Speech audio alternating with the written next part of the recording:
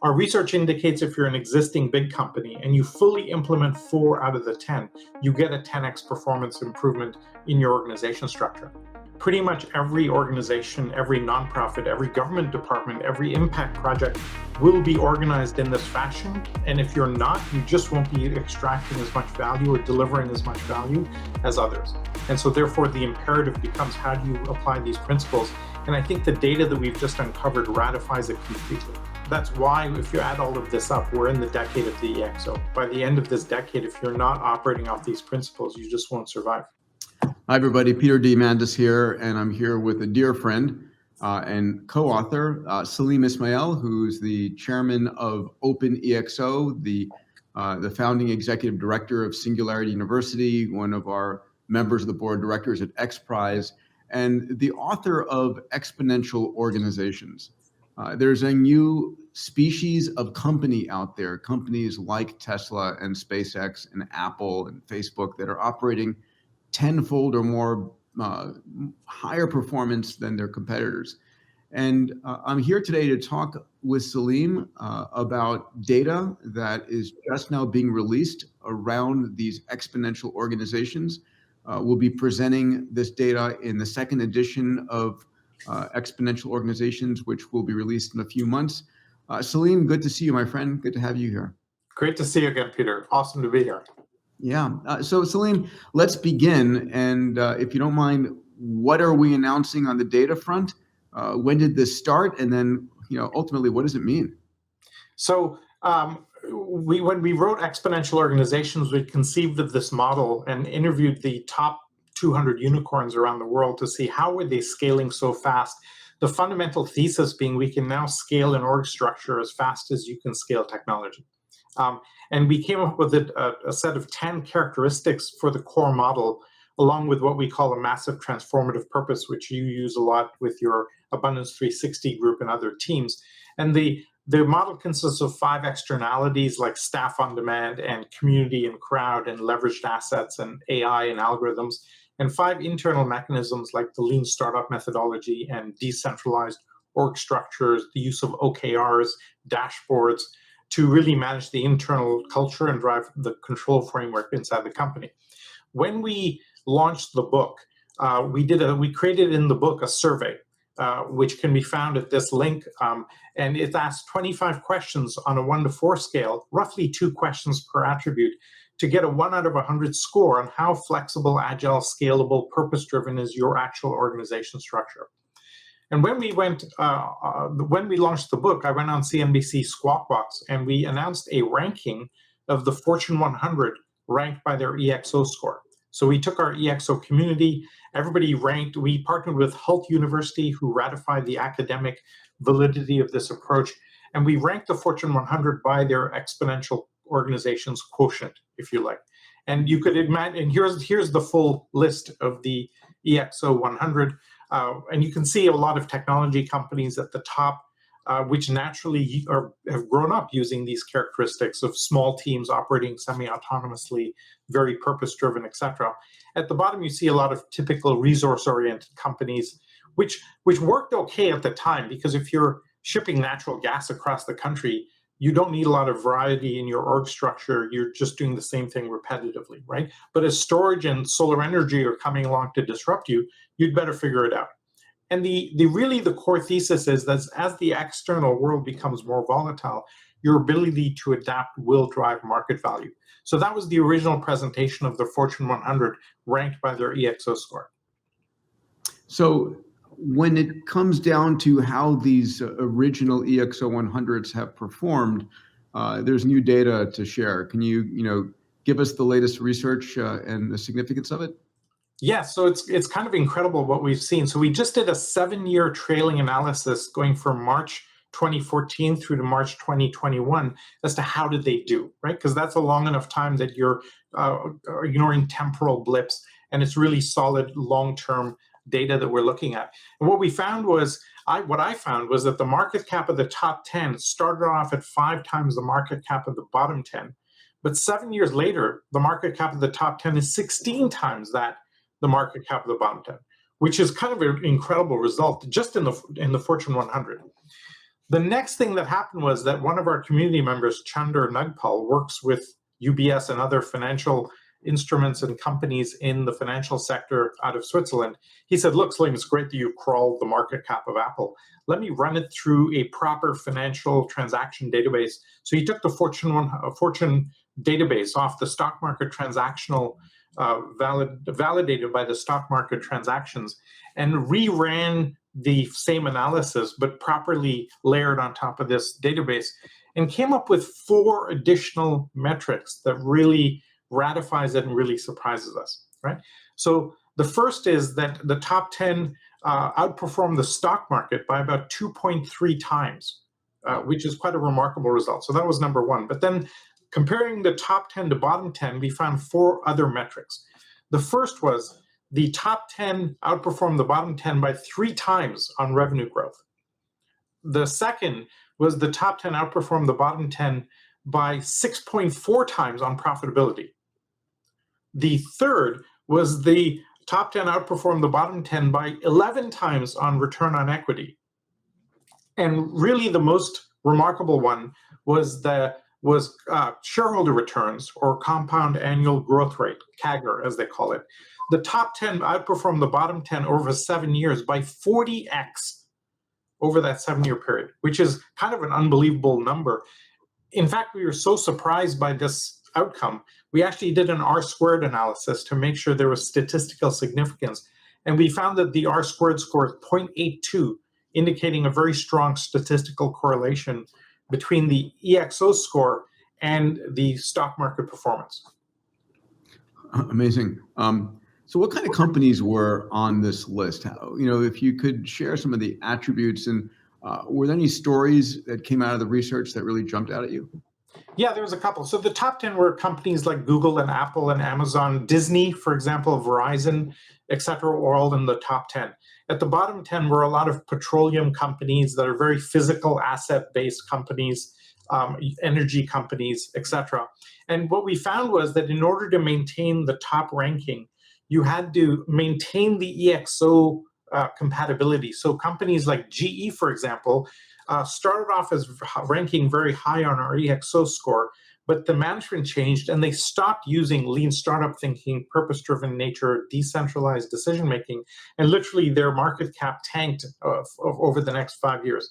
Conversely, we found Costco, which started off as a very linear, old-style company, took on a lot of the attributes of an EXO, and its market cap exploded over those 5-7 years. So we found use cases of both people who stopped using the attributes and use cases where they started using them, and both ways were correlated that if you use the EXO model, your market cap literally explodes, and 40x over 7 years in shareholder returns is a kind of an incredible number.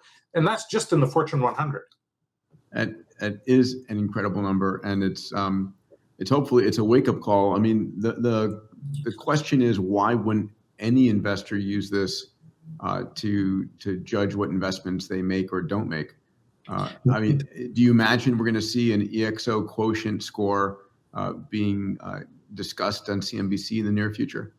I imagine so, because now we should really do a follow-up segment at the very least, right? It should get to the point where some analyst looking at a stock is looking and saying, hey, are you using this model? And if you're not, why are you not? Because the market cap and the market performance is demonstrated so clearly and ratified by the quantification level.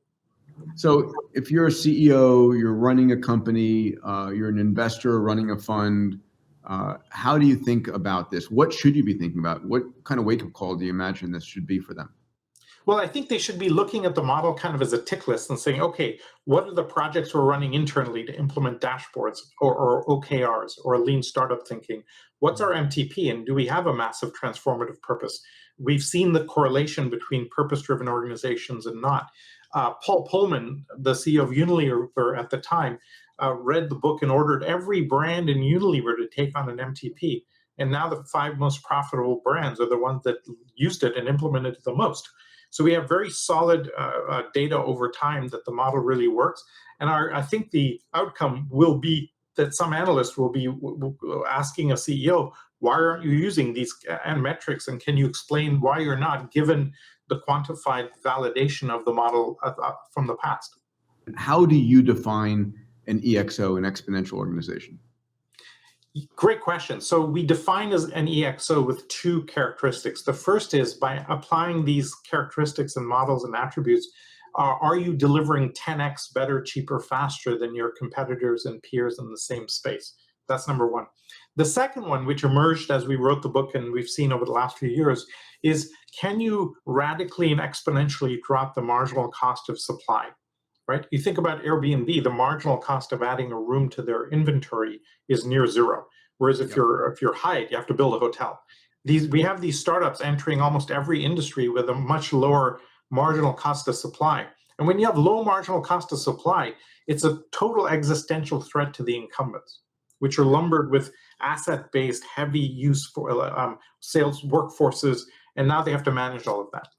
It's all about agility. And one of the things I've heard you say that I think it's important to point out, to really have the success and benefits of being an EXO, it doesn't mean you're needing to implement all 10 attributes. So how many attributes do you think are needed out of this list of 10 for a company to have that level of performance?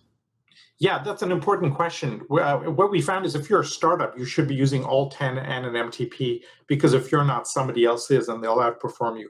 Our research indicates if you're an existing big company and you fully implement 4 out of the 10, you get a 10x performance improvement in your organization structure. So Salim, for people who get it and want to either start a company using these EXO methodologies or really retrofit their existing company to hop on this exponential train, where do they go and get these principles, and how do they implement them? What's their on-ramp here?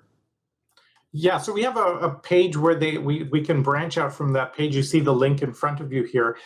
There are 2 areas. If you're a new company and you're looking to start, go look at EXO Builder, which gives you kind of a process and a platform to build an EXO from scratch. You put in your MTP, you put in your lean startup canvas, and it guides you through a process where you can do that. If you're an existing company, you go to EXO Solutions, where we have an entire marketplace of over 8,000 consultants, innovators, entrepreneurs, technologists that can help ratify the model and help you implement the model. And there you will get the solutions like swarms and sprints, et cetera, to adapt an existing organization to EXO principles. It's worth pointing out that the original book, Exponential Organizations, came out, I think, in 2014, correct? October 2014. Yeah, I had the pleasure of writing the forward and the afterward, and full credit to Salim for his brilliant ideas here. And now in 2022, we'll be releasing the second edition of this book.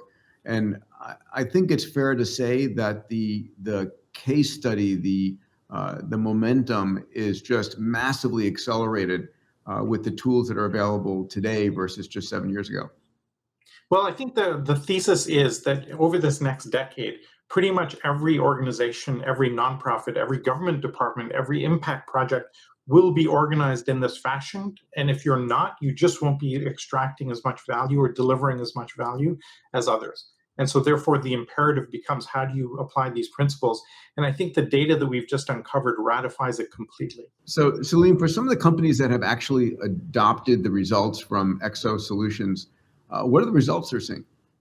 So when we run some of our tool sets, like an EXO sprint, which means to break the immune system inside legacy companies and hack culture at scale, we're finding we're able to do 2 things. One is we're able to move leadership, culture, and management thinking 3 years ahead in 10 weeks, which is kind of a new model for change management. The second, and more important, is our clients are reporting an average 70 times return on investment in applying these tools. So the ROI is off the charts, and so therefore it becomes a really strong investment in your future to apply these methodologies. Peter, as you have traveled the world and are talking to companies and some of the biggest entrepreneurs and leading enterprises in the world, how have you seen success adopting the EXO model? Well, I'll tell you, I'm typically launching 2 or 3 companies per year, and there are 2 in particular, Fountain Life and FutureScope, and I've made sure that we literally tick off every one of these 10 attributes in what we're doing, and I think it's really important. I mean, one of the attributes, like staff on demand and shared resources.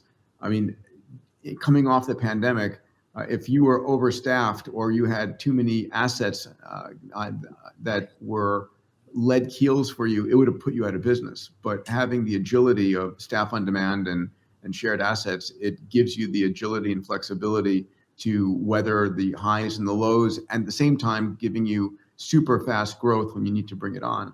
So, I mean, I know for myself, it's what I advise every company that I invest in through my venture fund and the companies that I start. Yeah, my favorite case study is GitHub, which is the highest scoring EXO we saw when we first wrote the book. They implemented all the 11 attributes, and over a 9-year period, Microsoft bought them for $7.5 billion. And what was remarkable was this company has basically no assets, almost no workforce, and no intellectual property. Right? So this is a completely new paradigm that's possible. And if you can do that, what else are you doing? And so there's a really magical new possibility in how we build, and we're seeing more and more entrepreneurs and companies flood to it. So, Salim, I can imagine that we're going to see this agility and companies, adopting these 10 attributes that are at the low end in startup. What about mid-cap companies? What are you seeing there? In fact, mid-market companies is where we see the most enormous potential, because startups are constantly worried about running out of money, and they're scrabbling for just gaining a foothold in the marketplace and trying to prove a business model. What we found is mid-markets who have an established environment, and then they apply these principles, blows them open to a whole other level, even in a B2B environment. Let me use the example of Coyote Logistics, which worked out an algorithm for when trucks get shipped back and forth, which ones are empty, which ones are full. And they put a simple algorithm in place, implemented it properly, and UPS bought them for $1.8 billion. And so just applying these in even kind of non-traditional environments gives you massive, massive outcomes. And you talk about AI and artificial intelligence and algorithms all the time in terms of the true power of implementing those. There's a real clear example right there. Peter, we found that one of the key characteristics is the mindset of the leaders of these companies. And you do a lot of work coaching entrepreneurs in your Abundance 360 program. Maybe you can talk about the mindset that you talk about and how you convey those. Yeah, sure. So I asked the simple question: if you're looking at the most extraordinary leaders out there, or CEOs, whether it's Elon Musk, or Jeff Bezos, Steve Jobs, whoever it might be, and you said, what was the most important thing that allowed them to lead at that level? Was it the capital they had? Was it the technology they had? Or was it their mindset? I would posit that you could take away their technology, take away their capital. If they retained their mindset, they'd regain that wealth. They'd succeed once again. And so one of the challenges is for any entrepreneur, for any executive, or any leader, we don't actively take the time to shape our mindsets. We get it from our parents, we get it from our schools, from our friends. But when's the last time you said, I'm going to shift the way I think about things? And what I teach through Abundance 360 and through the work we're doing together in Exponential Organizations is 4 key attribute mindsets. One is an abundance mindset. That means that every year you're getting more and more access to everything: capital, computation, memory, the cost of food, water, healthcare, education is very rapidly demonetizing.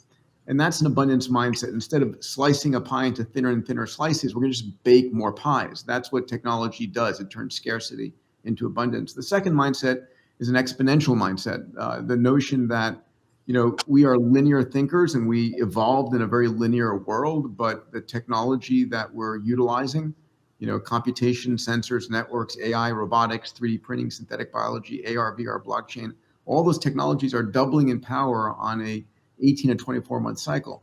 And you have to think in that fashion.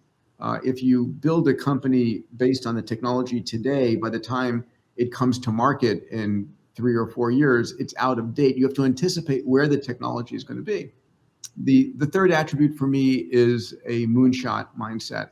And it's the realization that we can now go 10 times bigger where the rest of the world is going 10% bigger, where you're not happy with 10% more revenue or 10% lower costs. You're looking for 10x, 1,000%. Final attribute that I'm passionate about is the field of a longevity mindset, that we're going to add 10, 20, 30 healthy years on consumers' lives and our lives, and it's going to change the global dynamic and power balance.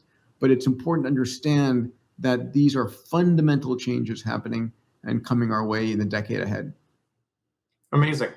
And that's going to just yield a bounty of access, cognitive ability, and time to get things done. And that mindset then allows you to drive it. I love your comment that you could take all the money and technology away from a Steve Jobs or an Elon Musk or yourself, frankly, and you'll figure out a way of reconvening all of that very quickly. It is the most exciting time ever to be alive. And what you and I teach together and the work we do is the world's biggest problems, the world's biggest business opportunities. Want to become a billionaire, help a billion people. And it's this really convergence of exponential technologies, right? It used to be you could be just a sensor company or just a network company or just an AI company. But today it's the convergence of 2, 3, or 4 of these technologies that are coming together and reinventing business models, which are the most exciting part of this. Yeah, it's an important point we've noted before, that every intersection of exponential technologies yields a whole new application domain. Like you take cryptography and computation, and boom, you have blockchain and cryptocurrencies. And those intersections is where the magic happens. Yep, 100%. And I think when I talk to boardrooms and to CEOs, I'm like, listen, every single business is going to change this decade. Every single industry is going to get reinvented this decade. You're either going to disrupt yourself or someone else will. The other thing I say is your competition is no longer who it used to be. It's no longer just the multinational down the street or across the pond. It's the 1,000 startups nibbling at your feet, taking crazy risks, building EXOs that are going to outperform you. And so you need to bring on that agility mindset, or you're not going to make it. Well, I think that's why, if you add all of this up, we're in the decade of the EXO. By the end of this decade, if you're not operating off these principles, you just won't survive. Yeah, I fundamentally agree. If you look at the top 10, 20 market cap companies from 10, 15 years ago, they're completely different than the companies from today. And you look at that list and it's really just a transformation. Now, these companies that have fallen off the list had huge amounts of wealth, and they had some of the smartest people on the planet. And the question is, why were they unable to transform themselves and invest in the next generation? And this is the challenge that today's modern leader faces, is how do you keep your core organization delivering 10% at the same time that you create a moonshot organization on the edge, an EXO organization this decade on the edge that's reinventing the next business model and the next business model. We actually, have a precedent for that. Lojas Americanas, which is the largest retailer in Brazil, spun off an e-commerce unit called B2W, kind of like an Amazon equivalent, had the discipline and courage to let it be separate and independent and grow as an EXO. And over a 7-year period, the EXO, the Edge organization, is now delivering more revenues than the mothership. And that has now become the new gravity center of the organization, which is the ideal outcome. Peter, what's a great anecdote over the last few years that really strikes you in your mind as an example of an exponential organization? I mean, there are a number of them. And I think about those organizations that are founder-led, data-driven, experimentalist organizations. And one that I've watched from day one to $100 billion valuation is Spacex.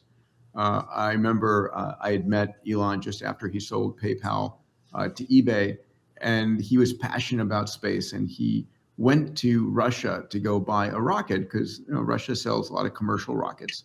They're converted ICBMs, and he comes back and he's completely dismayed that here's this, literally take the warhead off the top and put your satellite on top and charge a ridiculous amount of money, and you throw the entire thing away. And he said, there's got to be a better way to do this. And he went to first principles thinking and said, we need to build spaceships that are reusable.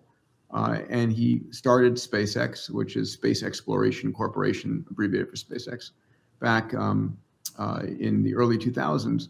And he built it in a way that had a very clear vision of where it was going. the Falcon 1, the Falcon 1E, the Falcon 9, and then making the Falcon 9 first stage fully recoverable. Then I remember, he had, when the Falcon 9 started working, even though there was a market for Falcon 1, he killed that production line and said, nope, going to focus only on this. And I went to his office one day, I don't know, this is probably circa 10 years ago, and he was bummed and like, what's going on? And he goes, I just realized that that SpaceX and the Falcon 9 is not going to get us to Mars. It isn't, and I need to reorganize the company to get us to Mars. And what he meant was, he needed to basically burn the ship again, scrap the Falcon 9, which he plans to do, and he focused on Starship. And all of this was driven by his massive transformative purpose to make humanity a multi-planet species. And so when what he was doing did not measure up to that MTP, he was willing to reinvest. And he's just climbed at a level which is meteoric compared to any other company. And it's the same playbook that gave us Tesla as well, reinventing the automotive industry, and when he started looking at the batteries and using first principle thinking and saying, if you look at the costs of lithium-ion batteries, they should not be anywhere near as high as they are projected to be. And based on that first principle thinking, really built Tesla and Solar City and now an epic organization. When I think about Elon, the methodology, when I summarize it, I basically say he picks a technology that's growing exponentially, aims 10 years out, where will it be in 10 years? And then let's build a company to intercept that curve.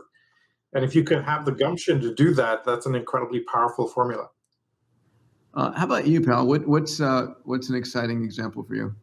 I've got two. One is Ethereum, where Vitalik Buterin was 18 years old and it decided to ignore his professors and create a Turing complete type of model in cryptocurrencies. And boom, it's a $400 billion ecosystem in 5 years. I mean, that's just unbelievable. And it's frankly inconceivable. As you talk about our linear minds, I would posit that we cannot comprehend the scale and the velocity that has been created. That's one.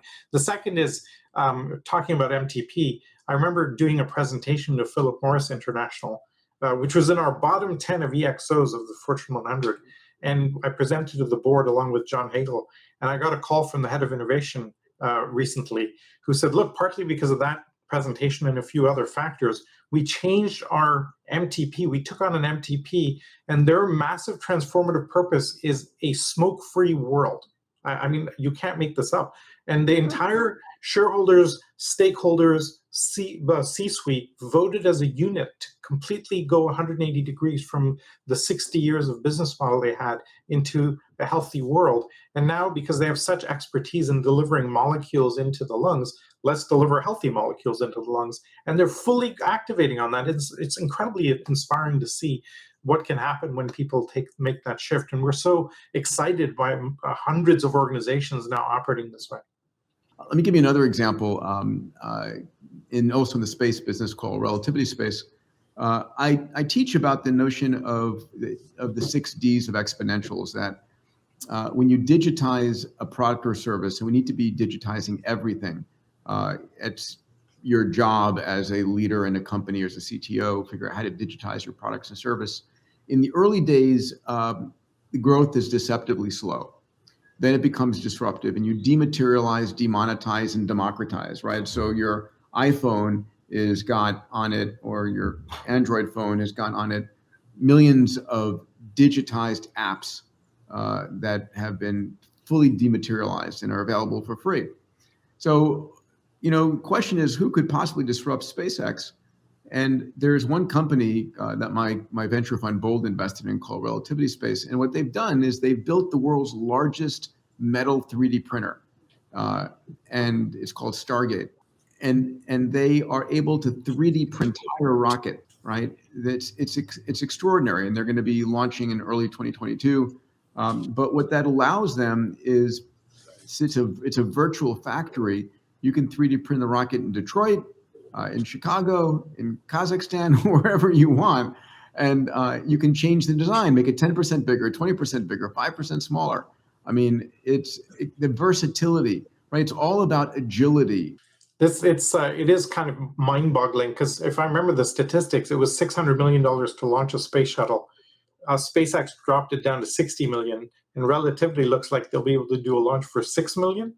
I mean, talk about orders of magnitude. Yeah, I mean, the beautiful thing is reusability brings it down even further. So the notion is, if you don't think you can reinvent your product and service, you probably can't, but doesn't mean someone else can't. It's a matter of, you need to look at it from using all these exponential technologies of how do you digitize what you're doing, right? Airbnb digitized the hotel rooms, Uber digitized the cars. And we call it information enablement, because when you can use the various technologies to allow information access to every car on the planet and every bedroom on the planet, boom, there's extraordinary business model. You know, one of the ways I love to frame exponential organizations is most of our business models are based on scarcity. And you talk about abundance, and EXOs have figured out business models around abundance. Yeah. And that's a very powerful model as technology delivers more and more of that. For sure, my friend, it is the decade of the EXO. And so if you're starting a company, you know what you got to do. And if you're running a company and you want to survive this decade, I think you know what you got to do as well. Yeah. Peter, wonderful as always to discuss with you these unbelievable results around the Fortune 100, and how we think that the EXO model now becomes the prevailing business organization paradigm for at least the next decade. Yeah, no question about it. And the proof is in the numbers, and you've shown us those numbers. Thank you, buddy. All right, great to be here. Take care.